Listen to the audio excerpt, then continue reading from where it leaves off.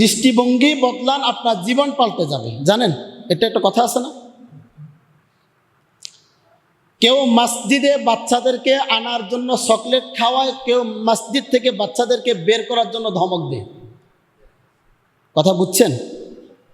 বাচ্চাদেরকে, শিশুদেরকে মসজিদে আনার জন্য কেহ চকলেট বরাদ্দ করে, আর কেহ বাচ্চারা এখানে এসে কথা বলে ধমক দিয়ে মসজিদ থেকে বের করে দেয়। দুইজনের দৃষ্টিভঙ্গি দেখছেন? হ্যাঁ, সম্পূর্ণ আলাদা। সমালোচনা নয়, মসজিদের সভাপতি জীবনে মসজিদে যাওয়া যে একটা জিনিস আছে এটাও জানে না। শরমের কথা, তারা সিগারেট টানতে টানতে মসজিদের কাছে গিয়ে সিগারেটটা ফেলে দিয়ে মসজিদে ঢুকে আর দাঁড়ায় প্রস্রাব করে সেন্টার বন্ধ করে মসজিদে ঢুকে। এরা হলো মসজিদের কমিটি।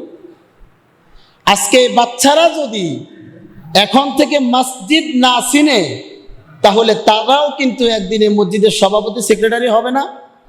বলেন না, হবে না? আমরা যারা এখন মসজিদের কমিটি আছি, আমরাও কি দড়ি বড় হয়ে গেছি? দড়ি কি চুলদারি সাদা হয়ে গেছে? ছোট আছিলাম না, কি বলেন? আস্তে আস্তে বড় হয়েছি, এখন মসজিদে আসছি, এখন মসজিদে আসছি, কমিটি হয়েছে, সভাপতি সেক্রেটারি হয়েছে, মসজিদের মোতাওয়াল্লি হয়েছে। যারা এখন ছোট ছোট মাসুম বাচ্চা, এরা কি একসময় এরকম কমিটি হবে না?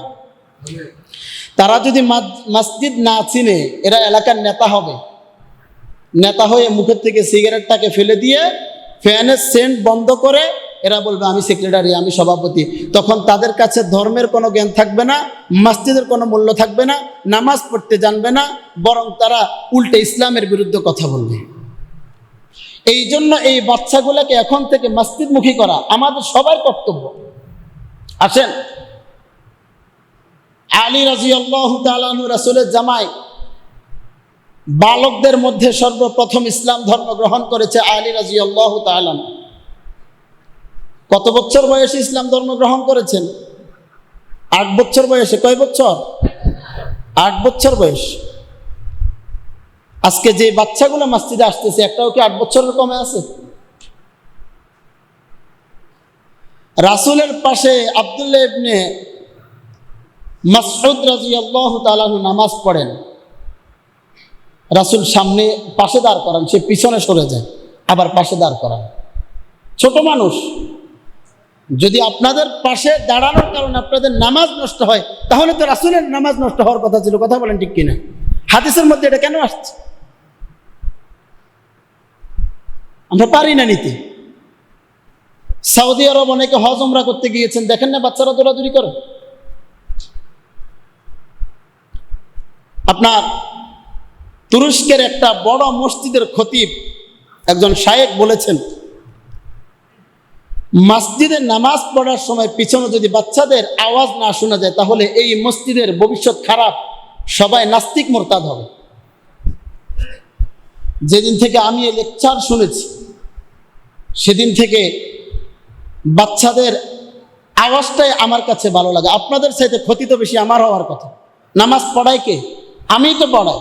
সূরা কেরাত ভুল হওয়ার কাজ আমারই তো হওয়ার কথা। কিন্তু যেদিন থেকে এই লেকচার আমি শুনেছি, সেদিন থেকে আমার দৃষ্টিভঙ্গি পুরাই চেঞ্জ করে ফেলেছি।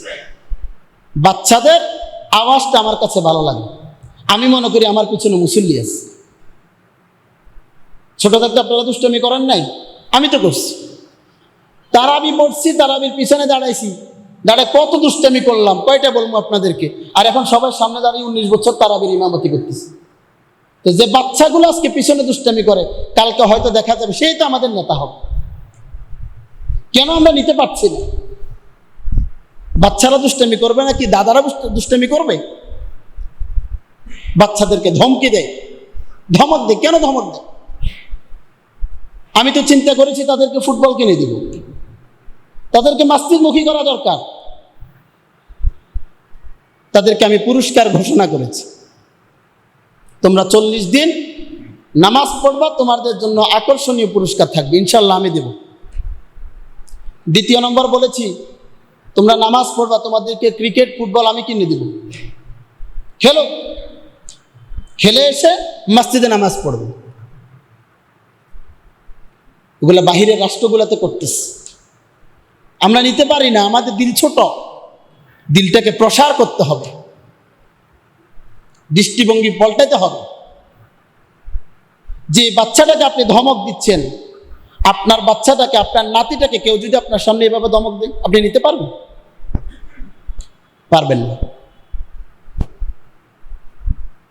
অন্যের বাচ্চাকে নিজের বাচ্চার মতো দেখেন। নবীজি সাল্লাল্লাহু আলাইহি ওয়াসাল্লাম বাচ্চাদেরকে অনেক আদর করতেন। হাদিসের মধ্যে আসছে রাসূলুল্লাহ সাল্লাল্লাহু আলাইহি ওয়াসাল্লাম একদিন এক বাচ্চাকে দেখে বললেন, দেখেন বাচ্চাদেরকে কতটা রাসূল আন্তরিকতার সাথে দেখতেন। মাঠে খেলার সময় বাচ্চাকে বলে, তোমার যে একটা গিনা আছে, মানে পাখি আছে, পাখিটা কোথায়? যে তোমার একটা পাখি আছে, এই ছেলে কেটে ফেলছে। রাসূল এত বড় ব্যক্তি, অথচ আমার ছোট্ট একটা পাখি, তার কথাও মনে রেখেছে। চিন্তা করেছেন? আমি সেদিন শুনে আশ্চর্য হয়েছি। কয়েকটা বাচ্চা বাড়িতে উঠে বলতেছে, আমি ফজরের নামাজ পড়ার জন্য যাব। আজকেও তো ফজরে বোধহয় 20 জনের উপরে বাচ্চা হয়েছে, না কি বলেন? যারা জানেন না, হ্যাঁ, মুরব্বীদের তো খবরই নেই, বাচ্চারা নামাজ পড়তে আসছে। আরেকটা হাদিস বলি, আমরা সবাই নামাজ পড়তেছি, আমি আমার কথা বলতেছি, আমার নামাজ যে কবুল হয় তার তো গ্যারান্টি নেই, কোনো গ্যারান্টি নেই। 1000 মানুষ যদি নামাজ পড়ে, সেখানে যদি একজনের নামাজ কবুল হয়, তার মাধ্যমে আল্লাহ সবার নামাজ কবুল করে নেন, বলে সুবহানাল্লাহ।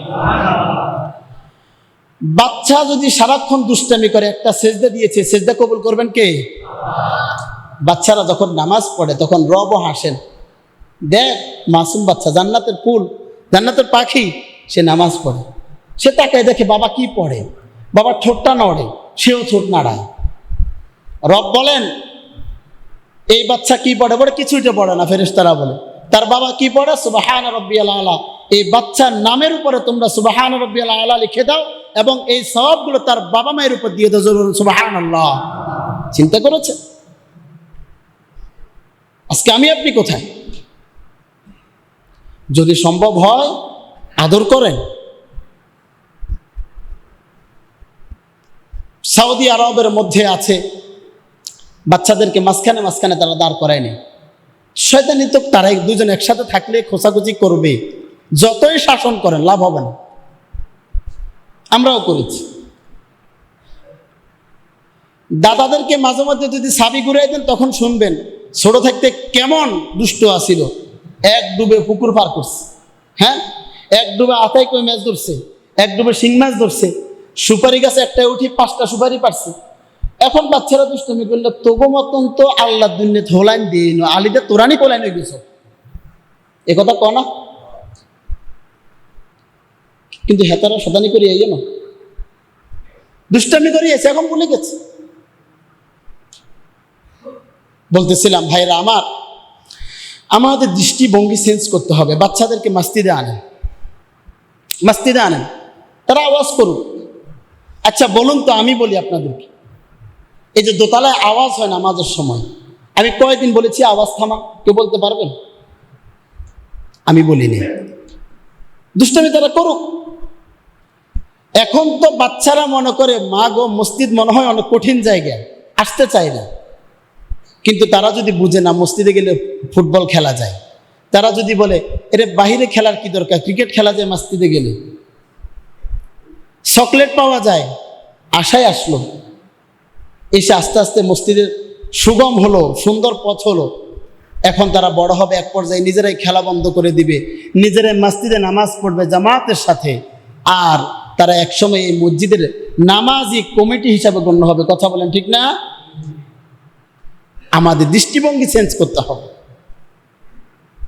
এই জন্য ভাইরা আমার, আমরা সব সময় সচেতন থাকব। যদি সম্ভব হয় 2 প্যাকেট চকলেট এনে দিয়ে যাবেন, বাচ্চাদেরকে খাওয়াই, নচেত তাদেরকে ধমক দিবেন না।